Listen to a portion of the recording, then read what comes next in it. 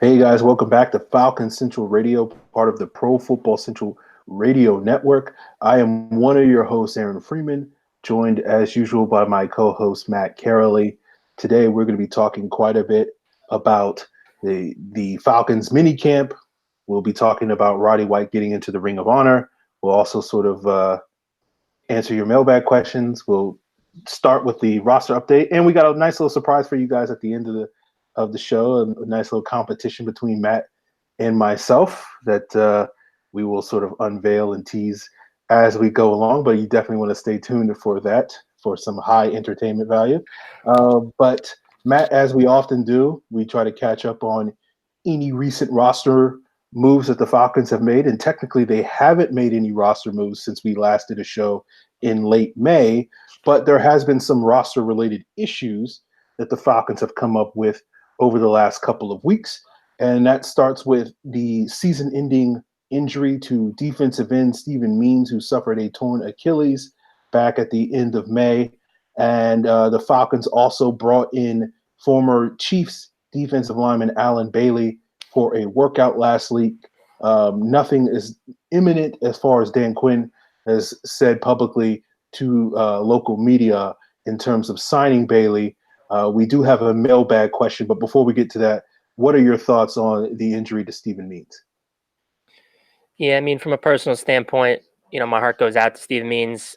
This was probably his first time in his 5 to 6 year career where he was going to get a real chance at some quality playing time. He's been kind of buried on the depth chart, dating back to his time in Philly with their loaded defensive line rotation. And then even last year, he kind of had a tough time, early on cracking the rotation. So this was going to be his moment.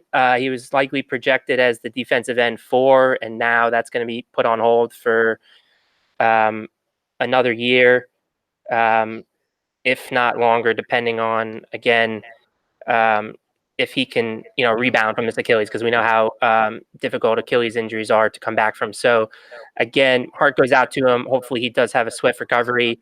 Now this opens the door, though, for a guy like John Kaminsky, who, I've been pretty adamant about. I don't expect major contributions, but he does get pushed to the forefront a little bit now with Means' injury. There's going to be more snaps for him to take at strong side defensive end. So, I'd be curious to see if he makes the most of them, or again, if Falcons need to look into, someone on the free agent market, like you said, Alan Bailey, they had a visit with. So yeah, that, it's crushing because now you have a guy who, in John Kaminsky, who I thought was poised to have a redshirt year and maybe, ease him into this as he makes the jump from D2 to the pro level. But now, he might be thrown to the fire early on.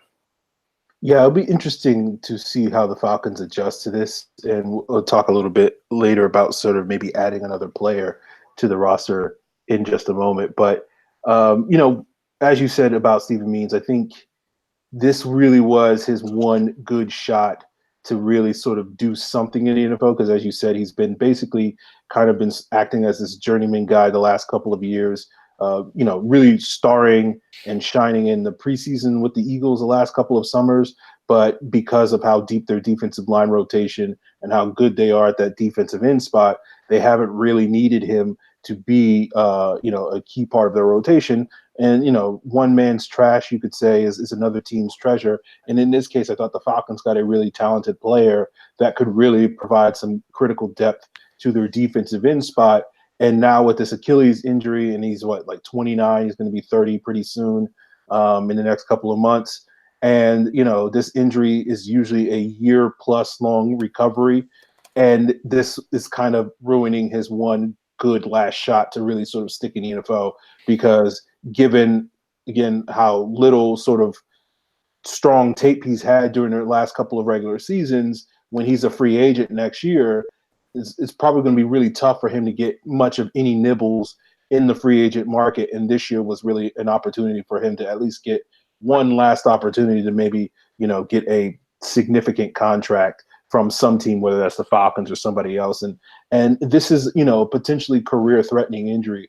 And as a guy that, Steven Means being, as a guy that's been a big fan of Steven Means over the last couple of years and sort of was secretly pining for the Falcons to pick him up last summer and in previous years, watching him in Philadelphia, this is, for me at least, like, obviously it doesn't mean as much to me as it does to Stephen Means, but it is one of those things where he was one of those guys I was really rooting for and really looking forward to seeing him get, a real opportunity here in Atlanta. And I think now the Falcons are going to have to make some adjustments moving forward. And you mentioned one of them, John Kaminsky, getting more looks. I thought with the drafting of Kaminsky, I thought Stephen Means was more likely to play that Leo spot opposite him in the base defense. And now that to me is a pretty glaring hole. And that brings me to sort of what Ryan Two Jones's mailbag question is do you think the Falcons are going to add another defensive lineman that would be a week one starter? Is there anyone you can think of you'd like to see? I heard Alan Bailey would be perfect for the Falcons style, but it doesn't look like they're going to sign him.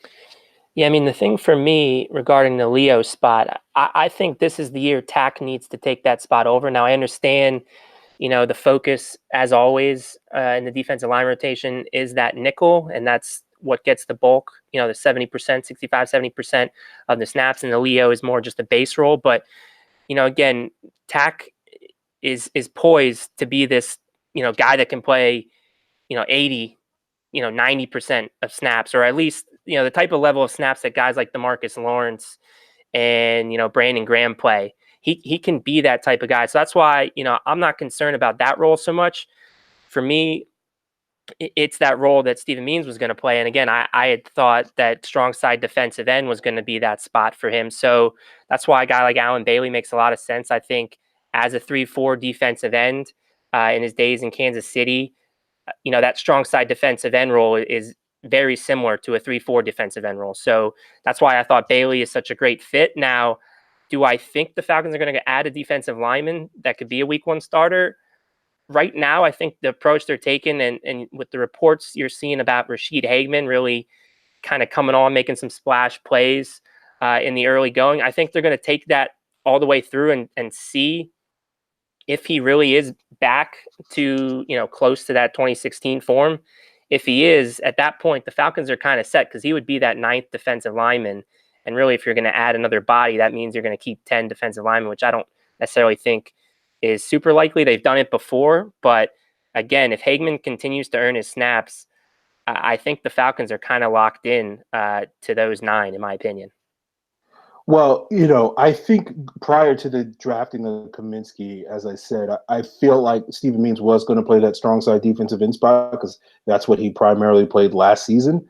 But I felt, unlike you, Matt, I felt like there's no chance that the Falcons are going to redshirt a 4th round pick on a team that is relatively thin at the defensive end spot. And I feel like Kaminsky's role is sort of tailor-made for that strong side defensive end spot. And so for me, that pushed Means over to the Leo spot. And while I agree with you, while Tack can play that position full time, I'll be a little skeptical of whether the Falcons will actually do that. I still think even if you do have Tack playing that amount of snaps, you still need a viable depth option. And right now, the only real candidate that has any sort of NFL experience is Chris Odom. And maybe Odom does emerge through the course of training camp, which is, I think, one of the reasons why the Falcons aren't necessarily sort of actively trying to pursue their depth, because sort of piggybacking off what you said with Hageman, I think they're going to basically take a wait and see approach and see what Kaminsky does and see what Hageman does and see what Sanat is and see what Odom does and some of these other guys that they're bringing into camp and see what the competition bears out. But I do feel like right now, if I was going to make a quote unquote bold prediction, I do expect the Falcons to add another defensive end before the start of the regular season in week one. Who that player will wind up being, I have no idea. But I do feel like that is a pretty, right now, the most glaring hole on the Falcons roster because, even if Tack was a full-time player, what happens if he, deals with the hamstring issues or whatever he had that he had a little bit of issues with last year? Who's going to play that spot? Are you going to put Vic Beasley there? What about Claiborne? Because again, I think you're going to see Claiborne more on the outside, given the fact that, I agree, they are thin there on edge. So they really can't afford, to have Claiborne playing inside when, again, you have to divvy up these snaps somehow, and you got to have, guys getting breathers. So for me, I think Claiborne is going to play more. Leo is going to play more on the edge than he did that first turnaround in Atlanta. Well, I mean, are you going to play Claiborne on the left side, which is something the Falcons really haven't done at all? Well, just so when you say left side, you mean rushing off the right tackle? Yeah, I mean, because the No, Leo I basically don't. plays on either side Yeah. of the line based off of the formation of the offense, which is whichever they deem the strong side. I mean, So he dabbled a little bit at it. It wasn't, because of his arm issue, the condition that Claiborne has. I mean, obviously, he's usually rushing off the left side, usually coming off the left side, but we did see it in spurts in that first run, so I wouldn't put it past them. But yeah, I agree. I think it's, you don't want him there too much. okay. Yeah, we'll see what happens. I'm basically taking a wait and see approach. I think the Falcons will sign a defensive lineman between now and September, whatever, when the season starts. But it may be closer to September, whenever, as opposed to today, June 14th. So there you have our roster talk. Let's jump into one of the more interesting bit of news to come out of minicamp is that the Falcons are inducting Roddy White into their Ring of Honor at the end of this season against the Carolina Panthers. I think that's a Week 14 game, if I'm not mistaken. Roddy White, I think, is the 11th player to be inducted in the Ring of Honor. And, he was sort of given the word in the Atlanta Falcons official website, put it out on their video, which was he was brought into minicamp with the thought of sort of running some, behind the scenes sort of thing, talking to the team or whatever the case may be. And sort of he was locked into a room with Matt Ryan and Michael Jenkins and was forced to fight it out. No, I'm kidding. He was basically put into the room. They basically told him what was up and that he was going to be a Ring of Honor man. It was a nice reunion for those guys, playing, many years together here in Atlanta. What are your thoughts on Roddy White being in the Ring of Honor? Obviously, we all agree that it is much deserved. But what are your thoughts on Roddy White's legacy, his career, and potentially who do you think is the next candidate to be inducted into the Ring of Honor? Yeah, I mean, super cool moment. Roddy is always one of my favorite Falcons. And, for me personally, now I'm in point of my fandom. I know for you it's a little bit different. But, Roddy's a guy where I can, vividly remember his entire career in Atlanta, whereas Warrick Dunn's probably the only other candidate, the most recent one that, since I became a fan in 2002, that's when Warrick signed with the Falcons. I was a fan for his career, but I can't remember it as vividly as I can Roddy White. So to see him and to now see future Falcons that, I've grown up watching and can remember, every moment of their careers, it's really awesome to see. Again, as you said, much deserved honor. Roddy, left the franchise as the franchise's, all-time leader in catches, receiving yards, and receiving touchdowns. Julio's obviously going to break all three of those once his career is over. But again, Roddy kind of set the standard for Julio. Julio said during mini camp, Roddy showed him what it was like to be a professional. And I think for Roddy to do that is pretty cool, just based on how his career kind of unfolded, where the first 2 years, he wasn't very professional. He admitted himself that he was a big partier, spent late nights, didn't really put the time and energy he needed to. And then, Joe Horn came along in 2007, who he credited a lot for kind of showing him the ropes a little bit and showing him what it was like to be professional. And that 2007 season kind of got it all started for him. Kind of the one lone bright spot from that season, I think you can say, is just, it was the lost year with Michael Vick being in prison, but Roddy White finally came into his own and became, the Pro Bowl receiver that we came to know and love. So again, super happy for him.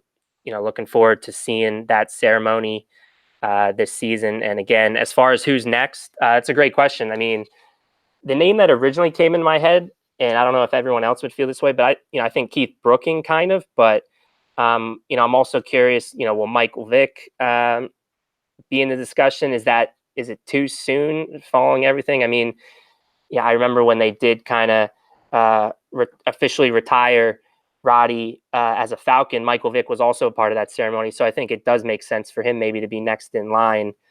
But other names I can't, I guess the next in lines really then would be Matt Ryan and Julio Jones at that point. So, but that's a few years away.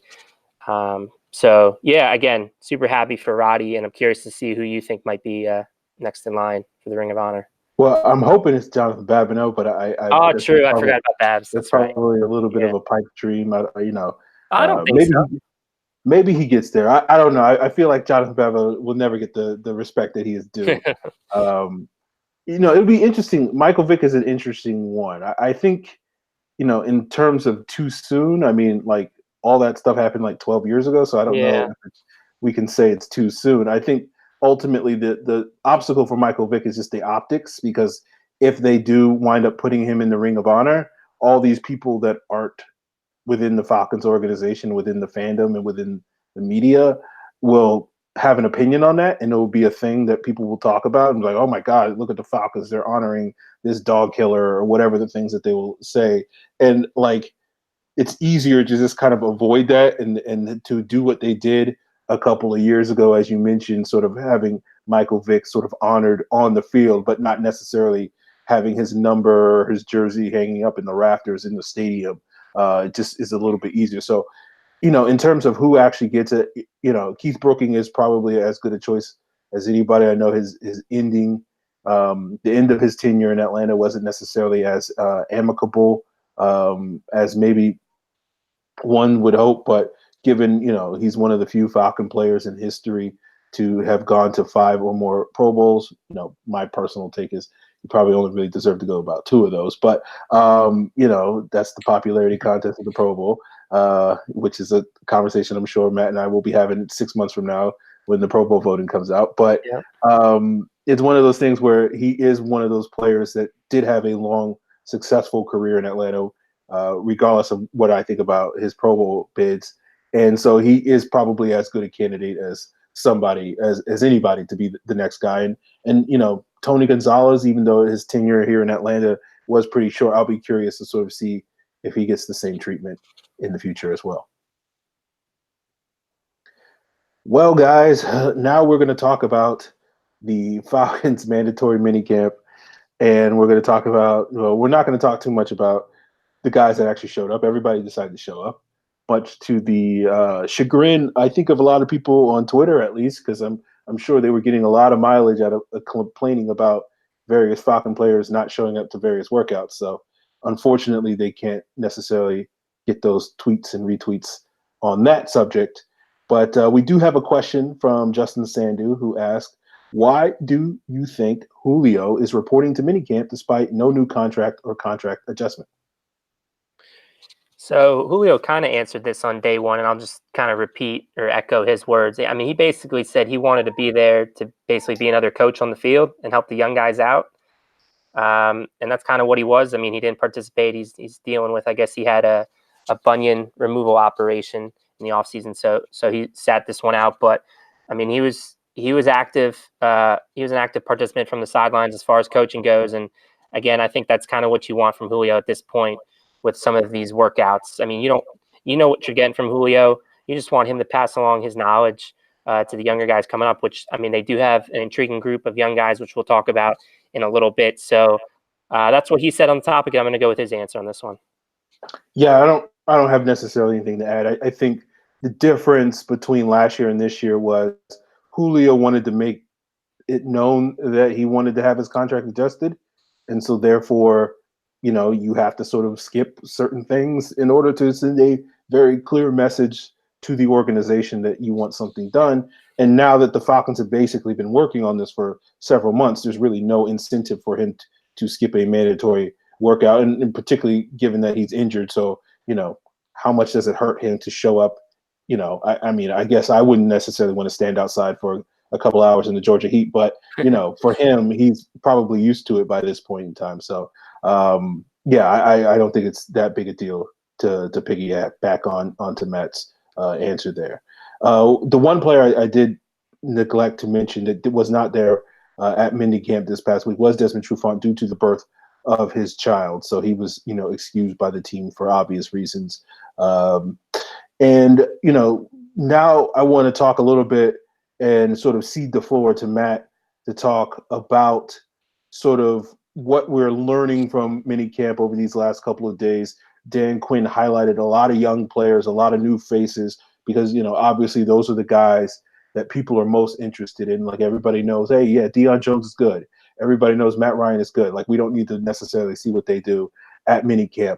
But, some of this conversation does sort of bleed into what Matt and I will be talking about throughout the rest of the summer, going into training camp starting, I think, 5 weeks from now, in some of these key roster battles. But, some of these positional battles, I'm sure, Matt, you have an eye on, and maybe some of them coming out of minicamp, you have some thoughts leaning certain ways. So I will give you the floor to start us off with some of the positional battles that you're most interested in.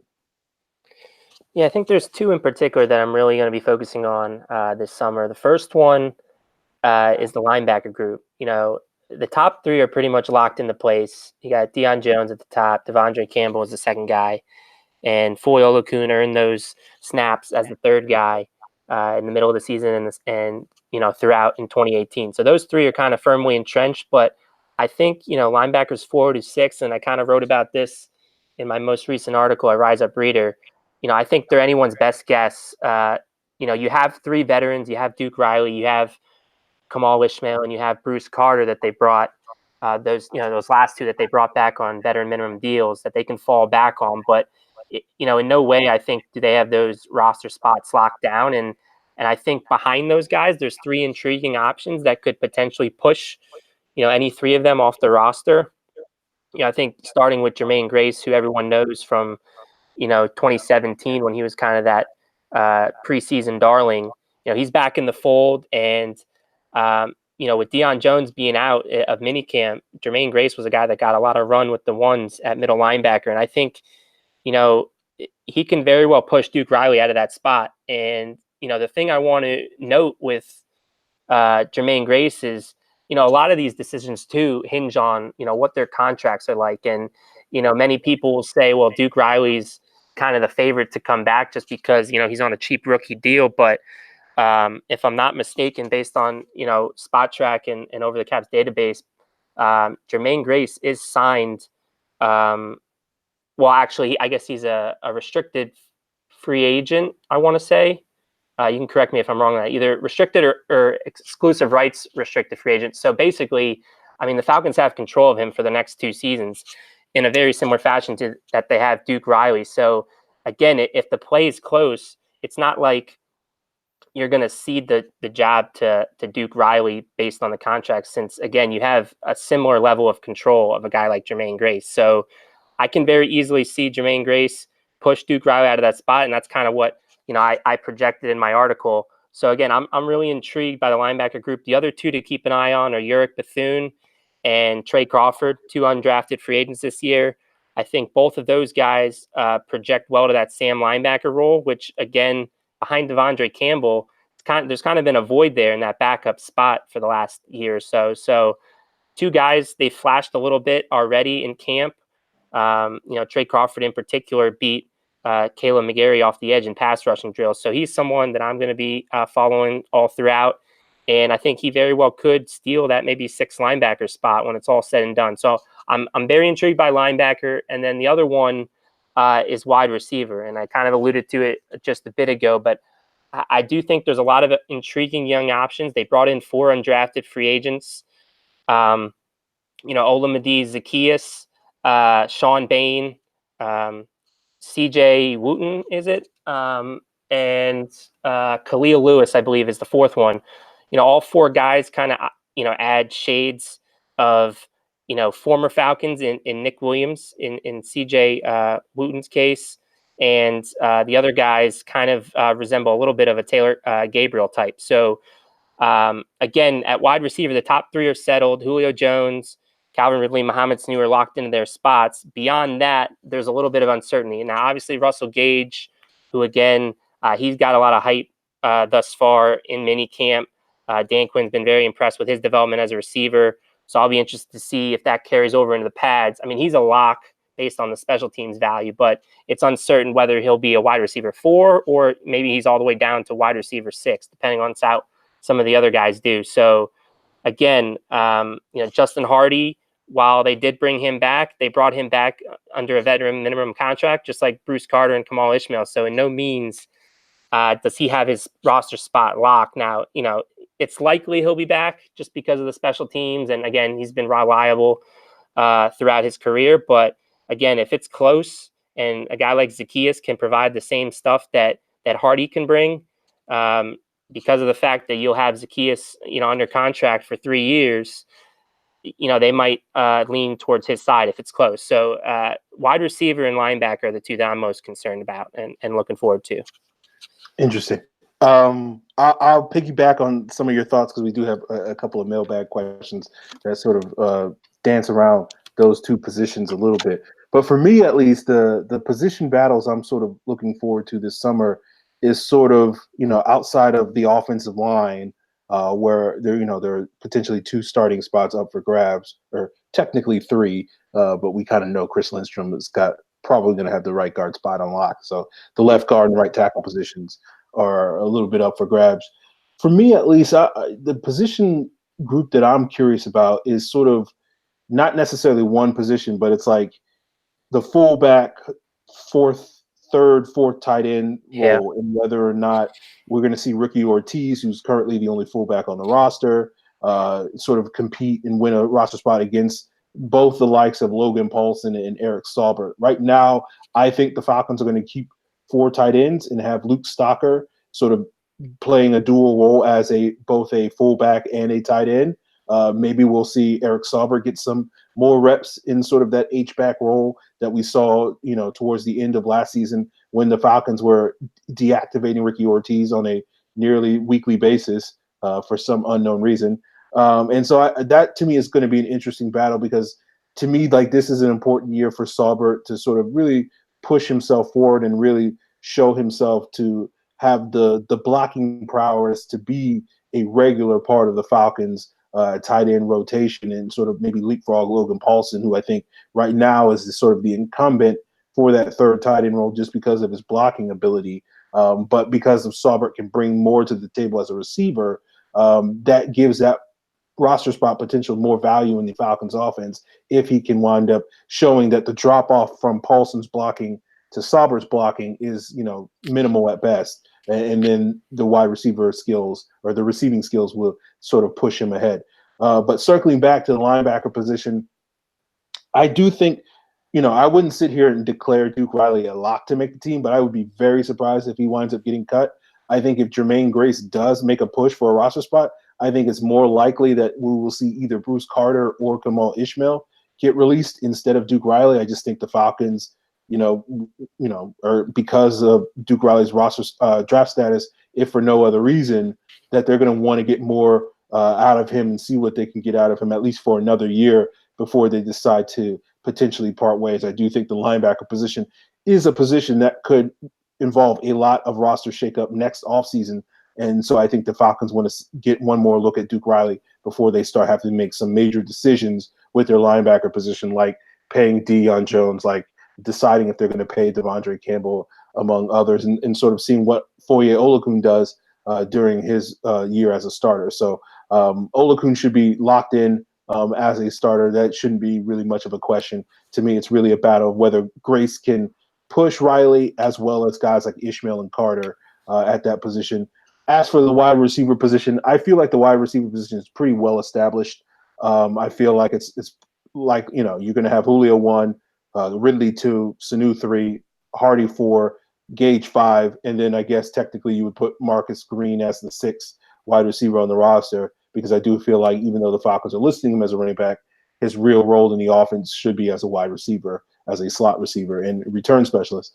For me, again, while I would say a similar thing as I said about Duke Riley with Justin Hardy, I don't think he's a lock to make the roster, but I just think he is, given that he's now in his, 4th, 5th year in the NFL, and I feel like he's much more talented than pretty much anybody else the Falcons have with the wide receiver position outside of Sanu, Jones, and Ridley.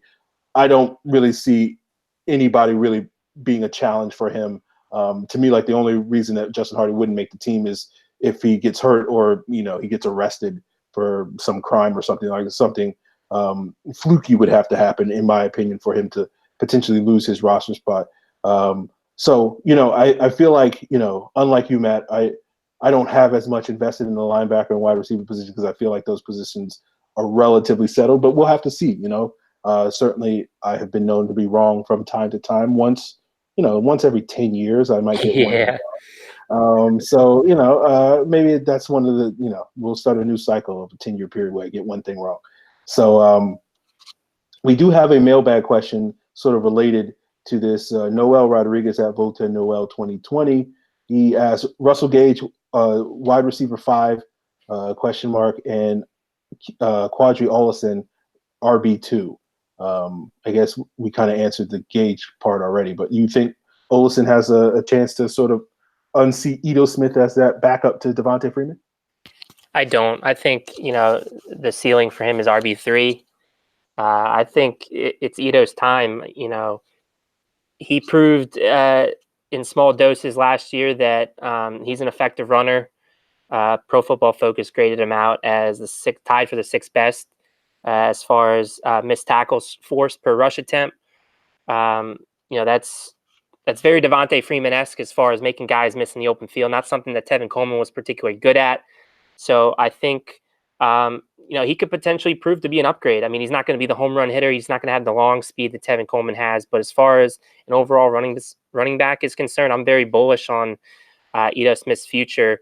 And, I mentioned when I went on the, Falcons Central Radio Twitter Live last week that I think in Dirk Cutter's offense, given that Dirk Cutter does like to mix in quite a bit of inside zone, I think that's going to fit right into Ito Smith's skill set. So I think he's fairly safe at RB2, and Allison is most likely at the very best going to be RB3. Yeah, I would agree with that. Don't have much to add. We have this is one of the few areas where Matt and I are in lockstep agreement on Ito Smith and his upside and his potential. And I think people, one of the things infamously you might say I was predicting last year was a summer of Ito, in the sense that I thought he would get a lot of sort of preseason reps because the Falcons were basically going to save Freeman and Coleman for the regular season, and we would see a lot of Ito Smith. And maybe this will wind up being the summer of Ito, not necessarily in the sense that he's going to get a ton of playing time, probably not significantly more than he got last summer, but I do expect him to do a lot more with those amount of reps that he does wind up getting, and he might wind up. 2019 might wind up being the summer of Ito for him. With Allison, I think he's pretty much a pretty good bet to be the 3rd running back, at least from a roster standpoint. Whether or not he holds off guys like Brian Hill and Tony Brooks-James and whoever else the Falcons have at that running back position heading into camp remains, I guess, somewhat to be seen. But because I truly expect Allison to be the lock to make or close to a lock to be the team's personal protector on the punt team, he's the front runner at that spot. That means he's going to be active on game day every single week. And even, whoever is the next running back, which I think potentially is Brian Hill. And I think we both agree that there's a better than average chance that Brian Hill could still wind up making the Falcons' final 53 as a 4th running back. But I think the fact that Olison's going to have that established role on special teams means that he's going to be active every game. And even if Brian Hill does wind up making the roster, most likely he's going to be inactive most weeks because the Falcons won't necessarily carry 4 running backs on their active roster unless there's a major injury at that position to Devontae Freeman. So, I think Olison's really the RB3 more so than the RB2. Yeah, I mean, circling back to your point about, roster battles you're looking forward to, and you mentioned, the decision of Ricky Ortiz, how many tight ends they're going to carry. I think that is a big one too that I'm fascinated about because, again, I think in the past, you're right, they've only really carried, 3 running backs. But this could be a year the roster could look a little bit different as far as, the offense is concerned, because I think you can have a couple of different variations of how this can go. I think they can carry 4 tight ends. I think 5 running backs is in play and not one of them being a fullback. So for me, I got my eyes on Brian Hill because I hope that they still try to stash him. For me, it'd be unfortunate based on the type of performance he had against Carolina. I want to see more from him based on that alone. I think he deserves it. Well, maybe not deserves it, but I think he at least earned a little bit longer of a look. And to replace a guy like him, which is why I was kind of disappointed in the Quadri Allison draft pick in the first place, because I think there is something there with Brian Hill. He can be a useful guy to slot in, in the event that Devontae Freeman does go down with another injury or Ito Smith gets hurt. He's a guy that I think can, tote the rock, kind of be a bell cow, salt the game away like we saw in Carolina last year. So for me, I am intrigued how they handle some of the skill positions. So yeah, that's definitely one that I have on my mind. And again, Brian Hill's a player that I'm going to be focusing on too. I mean, we haven't heard much from him, but again, I think this could be a pretty strong running back room, and we could potentially see 5 running backs this year, depending on how Marcus Green is listed. I know Will McFadden in his one of his takeaway articles this week, he did say receiver for Marcus Green, but yet we've seen varying reports where Marcus Green, with the number 43 and, with the running backs. So, I think the skill position group in general, the top guys are kind of locked into place with, Freeman and Smith at running back and Julio Sanu and Ridley at receiver. But beyond that, there could be, quite the variation of guys that end up making the 53-man roster. So it is kind of exciting to follow that along as well. Yep. So we're now coming to the mailbag portion of the show, where we will answer your mailbag questions. We teased it at the top of the show, but you want to stay tuned to the end of our mailbag. Once we answer the mailbag questions, might as well let you guys know that Matt and I will be doing what all the quarterbacks around the league have been doing the last couple of weeks, and having a beer chugging contest. And we just want to join the fun. Not a whole lot going on at this point in the summer, so we got to come up with some gimmicks to keep you guys entertained. So stay tuned to the end of the show. But before we get there, let's answer some mailbag questions. The first one comes from Free Train 24. When are we gonna I can't even say this. When are we gonna get your preseason offensive line depth chart? I mean, I realize this question is part in jest, but in case the people are curious how I see the offensive line room sitting right now, June 13th, is it? If the season started today, I would have Matthews pencil. And this is based on how we've seen them in practice thus far. So take that with a grain of salt. Matthews, a left tackle. I'd have Carpenter be the left guard right now, although I do see Jamon Brown, or at least I'm hoping to see Jamon Brown overtake him there. He has been mixing in with Carpenter now at left guard. But if the season started today, I have Carpenter at left guard, Mack at center, Lindstrom at right guard. And right now, I think Simbrilo would get the start if the season started tomorrow. So that would be the ones. With the twos, I have Matt Gano at left tackle, Adam Geddes at left guard, Schweitzer at center, Jamon Brown at right guard, and McGarry at right tackle. And then the threes is a kind of, it's a little bit of a toss-up. Some of the spots kind of are clear, but, Leonard Bonner at left tackle, Sean Harlow at left guard, kind of a forgotten man. We'll see what happens with him this summer. Chandler Miller is really the only other center on the roster, so by default, he would be the third-team center. John Wetzel at right guard and Jalen Robinson at right tackle. Again, you can go a multitude of different directions at third team. A lot of those guys are just there for camp bodies. So really the top two lines are what matters, but that's kind of how maybe I see the third team looking right now. I think that's pretty spot on. I'd probably, maybe adjust the third string guys a little bit, but who cares? Yeah, exactly. That's just me nitpicking just because I want to start a fight with Matt for some reason. I think you're right in terms of if the season started today, Sambrela would start at the right tackle spot. You would see Carpenter start at that left guard spot. You would probably, I think it's interesting that you had Schweitzer listed at center and Geddes listed at left guard. You could probably flip-flop those guys, but I also think the Falcons are going to want to get Schweitzer as many reps at the center position as possible.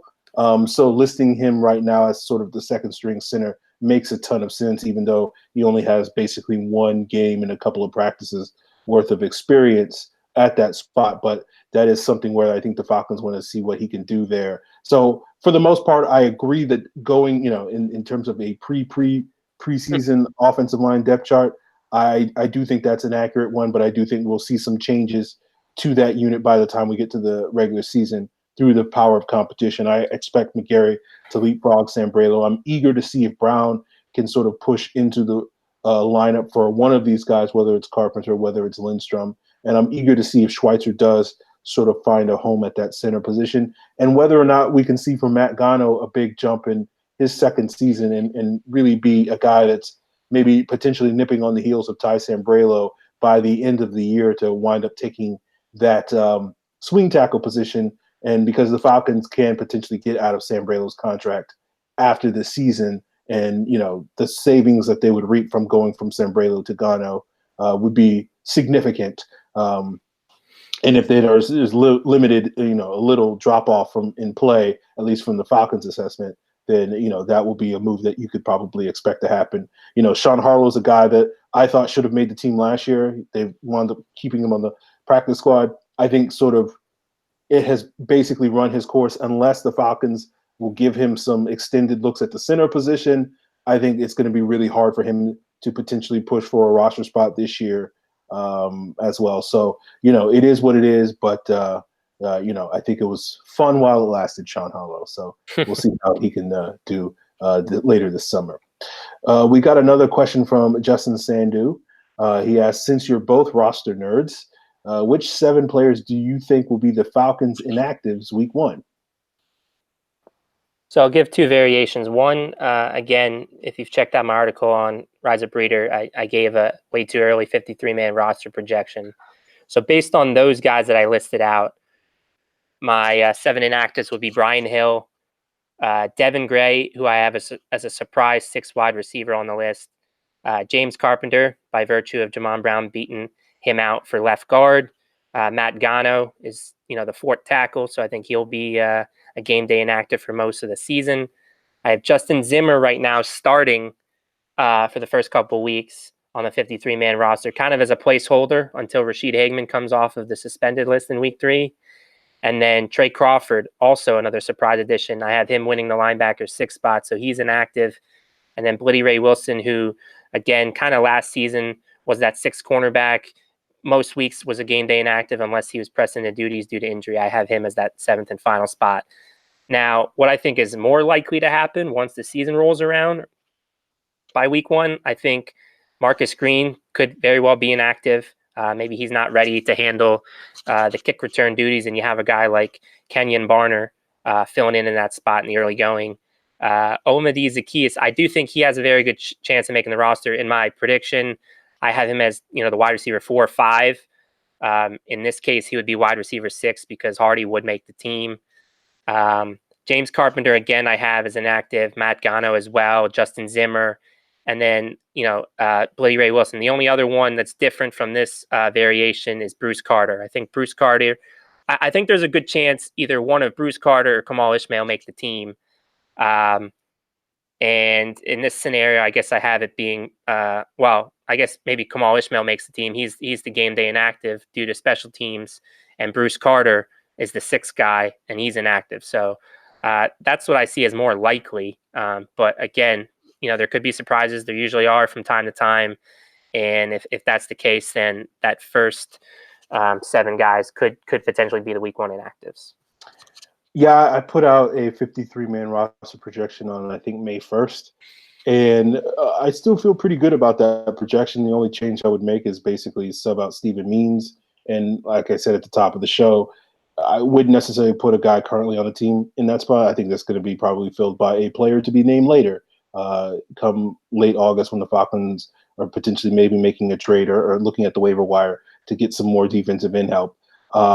So for me, my inactive list right now, I'd have Brian Hill as the 4th running back. I think, the only thing that I feel, I might move more towards with that roster position is maybe putting Kurt Bankert there and potentially taking Brian Hill's roster spot, because I think If the Falcons keep a third running back, or a third quarterback, they're not going to keep a fourth running back. So, but right now, I think Brian Hill's going to make the team over a guy like Kurt Banker, who will probably just be on the practice squad.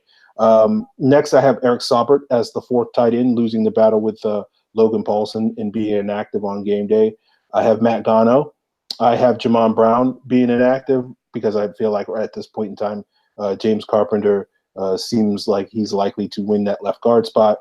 I have Bruce Carter on my inactive list, and I think, again, if Jermaine Grace is going to make a push, this is going to be the spot he's going to wind up taking from potentially Bruce Carter. I have Bleedy Ray Wilson inactive as well, and I have Jordan Miller inactive as well, just because I think I'm expecting Kendall Sheffield to sort of win that fourth cornerback spot, which, going back to the previous question about positional battles, I am very intrigued by the battle between Sheffield, Jordan Miller, and Bleedy Ray Wilson for that fourth cornerback spot.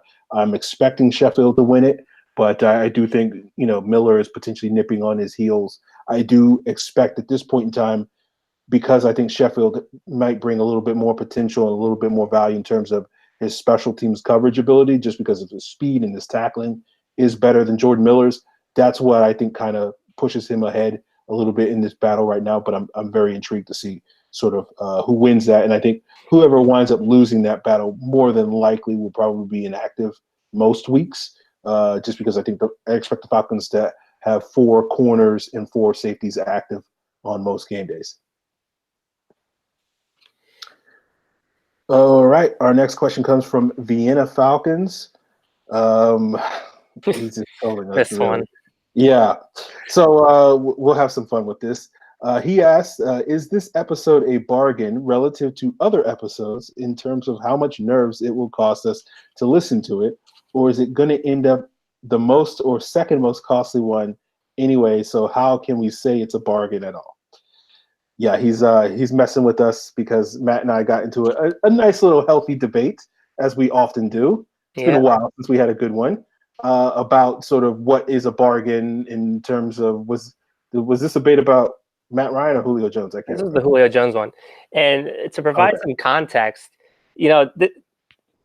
some of our conversations, I don't know about you, but some of our conversations, I'm actually like really into it. I'm just sitting at home kind of thinking of my next reply. This one, I'm literally at like a party on Sunday, and every now and then I'm just popping in and out, seeing if you respond, occasionally throw a comment here or there. For the most part, it seemed like everyone else had more to say and more enjoyment in it than actually I do, which isn't always the case. So, again, it was a fun little conversation if you want to try to scroll back on the timeline as far as, Aaron and I having differences of opinion on player contracts and whatnot. But, yeah, I mean, all I got to say to answer this question, I think people are going to get more than they bargained for based on this little competition, and I use that word loosely. That's about to come up here, but yeah, I mean, Vienna Falcons just being Vienna Falcons. Gotta love them. Shout out Marco. Thanks for sending the questions, tuning in. But yeah, so yeah, look, I was the same way with that conversation. I was like, that's why it lasted so long, because it was just like an hour between the various replies that we had. Reply, like, oh, I'm doing this. Oh, let me go check to see what's going on Twitter. Oh, Matt said something ridiculous. Let me reply to it. That's basically what it was. But apparently, I don't get why people get so upset when we have these. They enjoy it. They secretly enjoy it. It's just like why do you care? Like, yeah. I don't get involved in other people's. Like, occasionally I'll see someone else having a back and forth on there. I'll be like, oh, like someone else is talking about this, and then I look at it and I'm just like, I go about the rest of my day. I don't know. But to each their own, I guess. Let the record show these last few, though, it's always been you starting. It's always been you coming into the mentions. I don't remember the last time I took umbrage with you and started one of these. So just let's the bargain thing to me is, I just, not to start it here. I just think it's kind of ridiculous. Semantics with you. It's all about semantics with you. Well, just, these guys are getting paid a lot of money and being like, I understand that. I understand that. And that goes without saying usually when you're talking about some stuff like that. But it's all in good fun. I enjoy it. So All right. So I will vamp for a little bit as Matt Yeah, I gotta goes get to my the beer fridge and stuff. to Might get his empty beer. the tank here, so bear with me. All right. So we got a couple of comments in the chat. I'm going to be drinking Heineken. This is not a sponsored podcast, but we got a couple of comments in the chat. Blackbird Blitz, can we stop talking about fullbacks in 2019, 2020? No, I'm never going to stop talking about fullbacks. It's going to be the position that I constantly talk about, even when the Falcons are out there trotting out 4 tight end sets. I'm still be talking about, but maybe we can fit a fullback into this. So, for me, it's one of those things where I'm very passionate about fullbacks.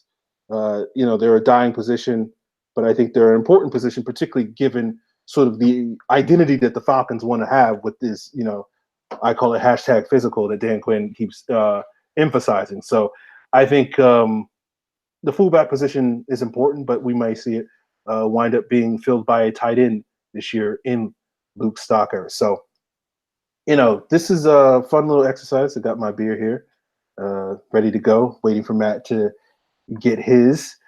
And I was known for, I was a pretty good beer chugger in my college days. I haven't been necessarily known to chug a beer, since I've matured and been out of college for a number of years. But I'm hoping to sort of relive the glory days a little bit tonight by kicking Matt's butt in this beer chugging contest and pulling a Tom Brady, pulling a Matt Stafford rather than an Aaron Rodgers, if you know what I'm talking about. So there we go. Matt is ready to go.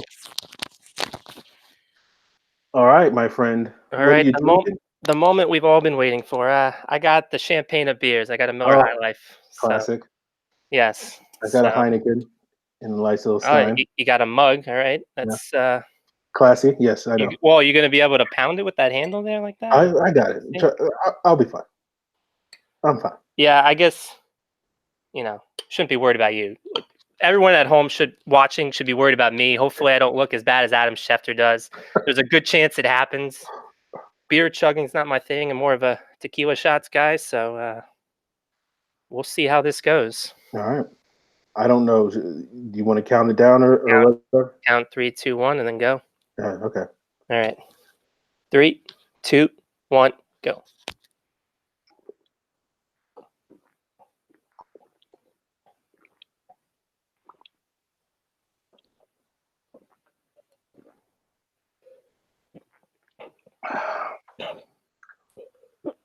There we go. That's what I'm talking about. All right. Let's get into the game. Fill it up with another There one. you have it. Ugh. Oh. Yeah. I was expecting worse. All right, I'll take that. That'll wake you up in the evening. All right. Yes, it So will. there you guys go. There you go. I can't even talk now. It's already hit me. Same. There you go, guys. Hope you enjoyed that. Ugh. So, yeah, I guess we'll have to come up with another gimmick when we do our next show. But if you guys want to submit your questions for our future episodes, you can do so.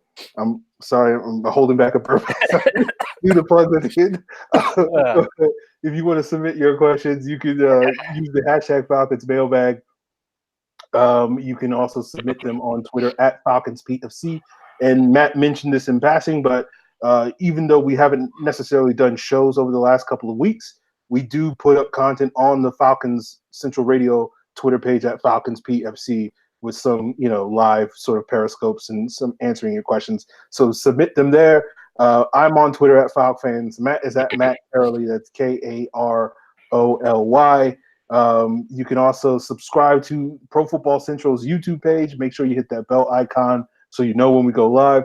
Check us out on Facebook at Falcons Central Radio. Of course, you can find us at profootballcentral.com, all the archives of all our past shows.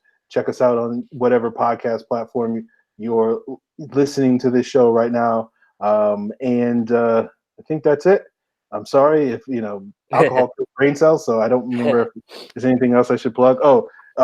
We might do some future shows on Pro Football Central's Twitter page live. So that's PF Central as well. Yeah, that's it, guys. We'll be back sometime. We'll figure it out when we're going to come back, but we're going to start at some point soon to start talking some positional battles and talk a little bit more in depth about some of the upcoming storylines going into training camp later this summer. Since we have a pretty early training camp, it's like 5 weeks from now. So, yeah, there we go. Anything that you want to add, Matt, before we duck out? The only thing is I got a piece coming tomorrow on Rise Up Breeder, a little Roddy White tribute piece. So check that out, top of the morning. And, feel free to comment on that. And, I'm listing some of my favorite Roddy White moments. So I'd love to, excuse me, I'd love to hear what some of your top moments of Roddy White are as well. So check that out tomorrow, Rise Up Breeder. All right, guys, there you have it.